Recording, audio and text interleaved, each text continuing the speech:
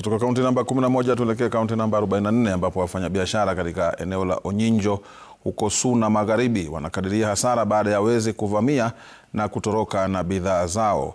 Wenyeji hao wanalalamikia utovu wa usalama ambao umekita mizizi katika maeneo hayo. Katika kisa cha hivi punde, wafanyabiashara wengi walipoteza mali kwani baadhi ya maduka yalivunjwa na bidhaa kuibiwa.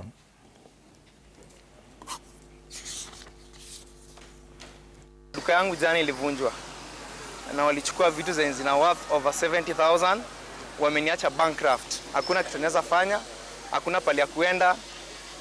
Yaani sina mwelekeo yoyote, naweza sema hivyo. Niliibiwa wakati wanatangaza mambo ya urais, wakaniba kila kitu, stoko yote, na watoto wakati walikuwa wameitwa kwenda university.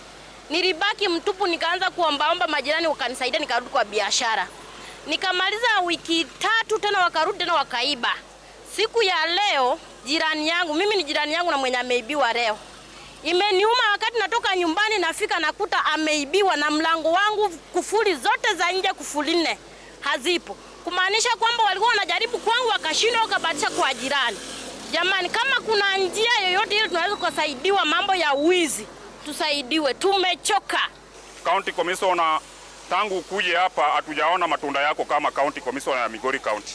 Kwa sababu hapa ndio wananchi wanakufa, wizi iko juu, hakuna chenye inaendelea.